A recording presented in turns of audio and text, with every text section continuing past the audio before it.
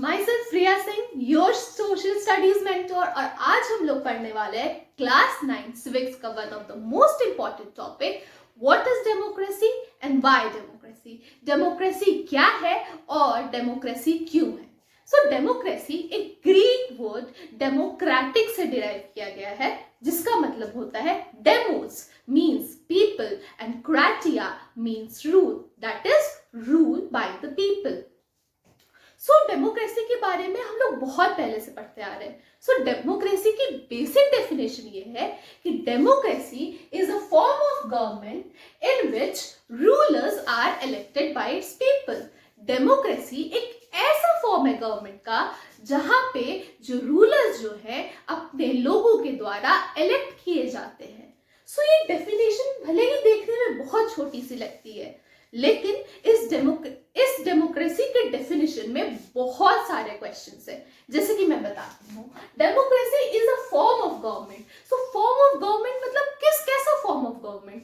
क्या presidential form of government, monarchy form of government, and rulers जो कि elect किए जाते हैं। जो रूलर्स जो है वो कौन है? क्या हेरिडिटरी रूलर्स है, या मोनार्की रूल है, प्रेसिडेंट रूलर है, या प्राइम मिनिस्टर रूलर है। और जो इलेक्शन कंडक्ट किए जाते हैं जिसके थ्रू हम लोग अपने रूलर्स को इलेक्ट करते हैं, क्या वो इलेक्शन फ्री एंड फेयर है? और जो इलेक्शन में लोग वोट देते हैं, क्या वो लोग सिर्फ मेन है, सिर्फ वुमेन है, क्या 18+ के लोग वोट देते हैं? सो ये सब क्वेश्चंस का आंसर हम लोग 3 केस स्टडीज के थ्रू पढ़ने वाले हैं, जो है पहला पाकिस्तान, सेकंड चाइना, तीसरा is Mexico. So I hope कि आपको डेफिनेशन ऑफ डेमोक्रेसी समझ में आ ही गई होगी। सो अब हम लोग पढ़ने वाले पाकिस्तान के बारे में कि कैसे परवेज मुशर्रफ ने एक डेमोक्रेटिकली इलेक्टेड गवर्नमेंट को हटाया और अपने आप को प्रेसिडेंट बना दिया पाकिस्तान का। सो अक्टूबर 1999 में परवेज मुशर्रफ कौन थे? एक मिलिट्री लीडर थे। उन्होंने एक मिलिट्री कूप स्टैब्लिश की and he overthrow the democratically elected government. मतलब कि अक्टूबर 1999 से जो पहले गवर्नमेंट थी वो डेमोक्रेटिकली इलेक्टेड गवर्नमेंट थी नवाज शरीफ की। उन्होंने उस गवर्नमेंट को हटाया और अपने आप को chief executive of the country बना दिया। Chief executive of the country मतलब कंट्री का हेड बना दिया कि अब जो भी डिसीजन लूंगा मैं ही लूंगा। But later he change his designation. उसने बाद में अपनी डेजिग्नेशन को चेंज करते हुए अपने आप को कंट्री का प्रेसिडेंट बनाया। अब 2002 में उन्होंने एक रेफरेंडम स्टार्ट किया कि रेफरेंडम क्या होता है। रेफरेंडम ये होता है कि आपको यस या नो में आंसर करके अपने लीडर को इलेक्ट करना होता है। तो ये जो रेफरेंडम जनरल परवेज मुशर्रफ ने इसलिए एस्टैब्लिश किया कि वो दुनिया को दिखाना चाहते थे कि मैं भी एक सेल्फ इलेक्टेड लीडर नहीं हूं, मैं भी लोगों के द्वारा चुना गया लीडर हूं। लेकिन यहाँ पे कैच क्या है कि जो पाकिस्तानी मीडिया थी उन लोगों ने रेफरेंडम का प्रोटेस्ट किया। पाकिस्तानी मीडिया ने ये बताया कि जो रेफरेंडम है वो अनजस्ट प्रोसेसेस के थ्रू हुआ है, वहां पे चीटिंग हुई है। लेकिन इस रेफरेंडम के थ्रू ही परवेज मुशर्रफ प्रेसिडेंट बन गए पाकिस्तान के, और उनको 5 साल का एक्सटेंशन भी मिला। सो अब हम लोग पढ़ने वाले हैं लीगल फ्रेमवर्क ऑर्डर के बारे में, जो कि पास किया गया था पाकिस्तान के प्रेसिडेंट जनरल परवेज मुशर्रफ के थ्रू। सो लीगल फ्रेमवर्क ऑर्डर 2002 में ये बताया गया है कि it amended the constitution of Pakistan.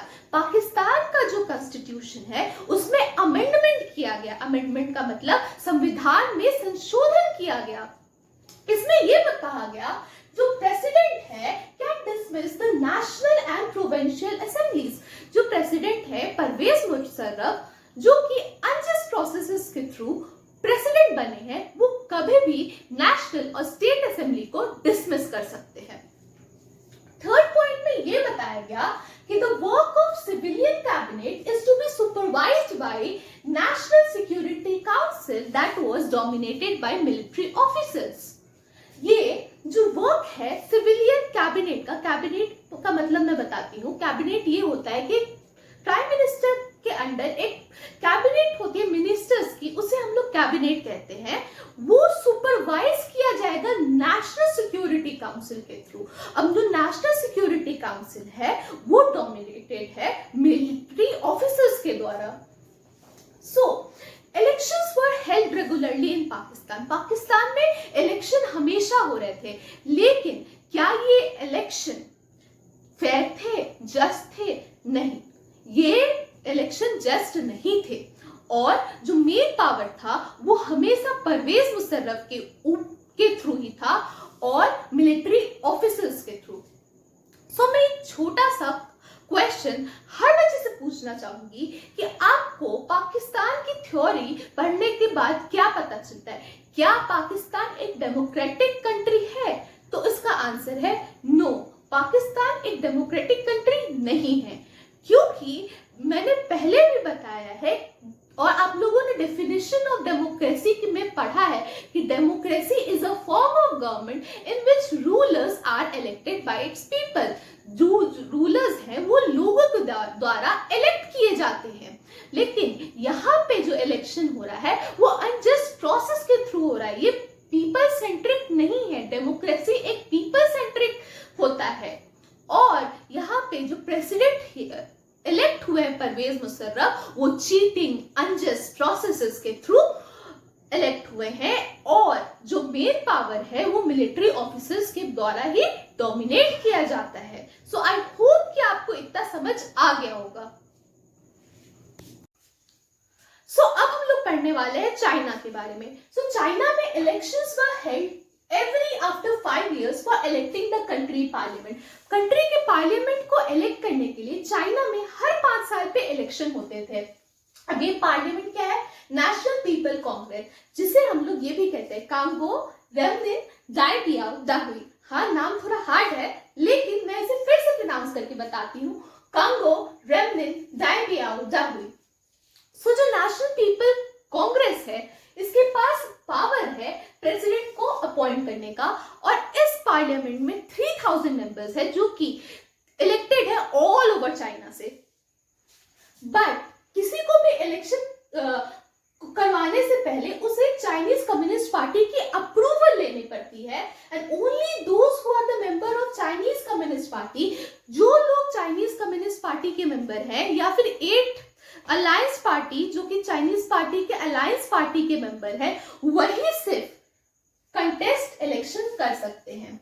और गवर्नमेंट हमेशा चाइनीज कम्युनिस्ट पार्टी की ही बनेगी और यहाँ पे कोई दूसरी पार्टी का खेल ही नहीं है, सिर्फ एक ही पार्टी है, चाइनीज कम्युनिस्ट पार्टी। जैसे इंडिया एक मल्टी पार्टी सिस्टम है, हर इंटरवल के बाद आपको दूसरी पार्टी देखने को मिलती है। चाइना में ये ऐसा नहीं होता है, वहां पे सिर्फ एक ही पार्टी है जो कि है चाइनीज कम्युनिस्ट पार्टी, जो कि हर बार वही पावर में आती है। सो चाइना का सिनेरियो देखने के बाद आप लोगों को क्या समझ आता है? क्या चाइना एक डेमोक्रेटिक कंट्री है? तो आंसर है नो, चाइना एक डेमोक्रेटिक कंट्री नहीं है, क्योंकि चाइना में इलेक्शन कंटेस्ट करवाने के लिए आपको चाइनीज कम्युनिस्ट पार्टी का अप्रूवल लेना पड़ता है। सो अब हम लोग पढ़ने वाले हैं मेक्सिको के बारे में। Since it's independence in 1930 Mexico holds election after every 6 years। जब से मेक्सिको आजाद हुआ है, मतलब इंडिपेंडेंट बना है 1930 में, हर 6 साल में इलेक्शंस मेक्सिको में कंडक्ट किए जाते हैं। Country had never been under military और डिक्टेटर्स रूल। डिक्टेटर रूल या मिलिट्री रूल में भी कंट्री कभी नहीं लिखा है, लेकिन ये कैच क्या है? But till 2000 every election was won by a party called PRI। PRI institutional revolutionary party, लिखने का तरीका अलग है। PRI फुल फॉर्म है इंस्टीट्यूशनल रिवोल्यूशनरी पार्टी। यही सिर्फ पावर में रही है। कब से रही है? जब से इंडिपेंडेंस मिला है तब से लेके 2000 तक PRI पार्टी ही पावर में रही है। तो इसमें क्या गलत है? तो इसमें ये पता चलता है कि जो PRI इतने सालों से पावर में है, उन्होंने ने बहुत सारे डर्टी ट्रिक्स का यूज करके अपने आप को पावर में बनाया, जैसे पोलिंग बूथ्स का चेंज हो जाना, cheating, corruption, etcetera and etcetera. 70 साल तक, लाइक 1930 टू 2000 तक PRI पार्टी जो है मेक्सिको में रूल की है। सो आई होप कि मैंने जितना आप लोगों को पढ़ाया आप लोगों को समझ आ गया होगा, आप लोगों को ये क्लियर हुआ कि डेमोक्रेसी क्या होती है, और जो 3 केसेस जो कि है पाकिस्तान, चाइना और मेक्सिको को हम लोग एक डेमोक्रेटिक कंट्री क्यों नहीं कहते, ये भी समझ आ गया होगा। सो अब मिलते हैं नेक्स्ट क्लास में। Till then take care and good bye.